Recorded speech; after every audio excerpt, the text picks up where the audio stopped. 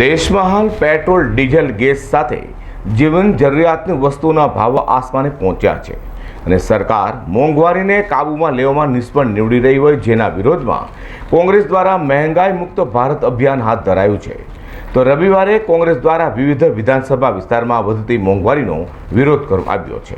દેશ હાલ મોંઘવારીમાં સપડાયો તેમ લાગી રહ્યું છે, ત્યારે પેટ્રોલ, ડીઝલ, ગેસ અને જીવન જરૂરિયાતની વસ્તુઓના ભાવો આસમાને પહોંચ્યા છે. જોકે તેમ છતાં સરકાર મોંઘવારી પર અંકુશ લાવવામાં નિષ્ફળ નીવડી રહી છે, જેને લઈને વિપક્ષે કોંગ્રેસ દ્વારા દેશવ્યાપી વિરોધ પ્રદર્શન કરાઈ રહ્યું છે અને મહેંગાઈ મુક્ત ભારત અભિયાન હાથ ધરાયું છે.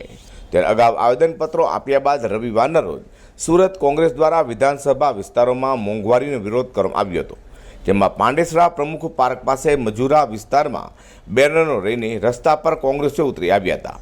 પેટ્રોલ, ડીઝલ, ગેસ અને જીવન જરૂરિયાતનો ભાવ વધારાને તાત્કાલિક પરત ખેંચવાની માંગ કરાઈ હતી અને ભાવ વધારો આમ આદમી પર પડતા જ પાટું સમાન હોય, તાત્કાલિક ભાવ વધારો પરત ન ખેંચાય તો ઉગ્ર આંદોલનની પણ કોંગ્રેસીઓએ ચીમકી ઉચ્ચારી હતી. હું અશોક કોઠારી. આજે 165 મજૂરા અંતર્ગત અમારે જે સુરત શહેર કાર્યક્રમ આપેલું છે મોંઘવારી વિરુદ્ધ, જે પેટ્રોલ ડીઝલના સતત 13 દિવસમાં 11 વાર જે ભાવ વધારો થયેલો છે 8 રૂપિયાનું, અને ગેસ અને પછી ડીઝલનું, પછી બધું મોંઘવારી બધી ચીજોમાં થઈ ગઈ છે. આ મોદી સરકાર જે વાત કરતી હતી કે મારે મોંઘવારીના વિરુદ્ધ એ લોકો અગર 10 પૈસા પેટ્રોલના વધતા હતા ત્યારે સ્મૃતિ ઈરાની ચૂડીઓ લઈને મનમોહન સિંહને મોકલતા હતા. હવે તમે જો આજે શું થઈ રહ્યું છે.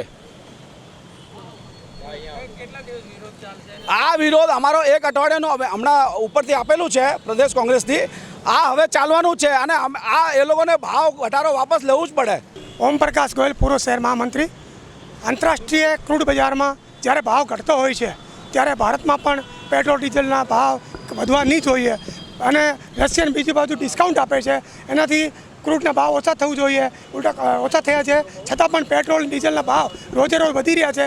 એનો ઇફેક્ટ ટ્રાન્સપોર્ટ ઉપર, ટેમ્પો ઉપર, માલ વાહક ઉપર બધા પર આવે છે. અત્યારે લોકો પાસે કમાણી નથી અને પેટ્રોલ ડીઝલના જે રીતે ભાવ વધી રહ્યા છે, જે રીતે એના ઉપર જ્યારે અંકુશ નહીં આવે તો ક્રાઇમ વધવાનો બહુ ચાન્સ છે. અત્યારે પણ ક્રાઇમ વધી રહ્યો છે.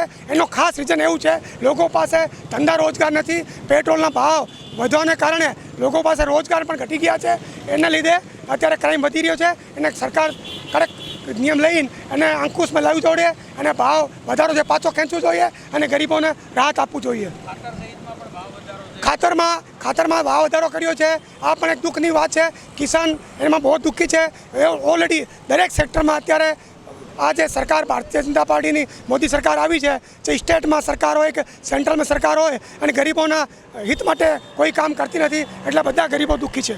દેશમાં હાલ મોંઘવારી આસમાને પહોંચી છે. દરેક વસ્તુના ભાવો આસમાને પહોંચ્યા છે. જોકે તેમ છતાં પણ સરકાર દ્વારા મોંઘવારીને કાબૂમાં લેવા કોઈ જ પગલાં ન લેવાઈ રહ્યા હોય, જેથી આમ આદમીની કમર તૂટી જવા પામી છે. અઝર કુર્સી સાથે પ્રકાશવાળા.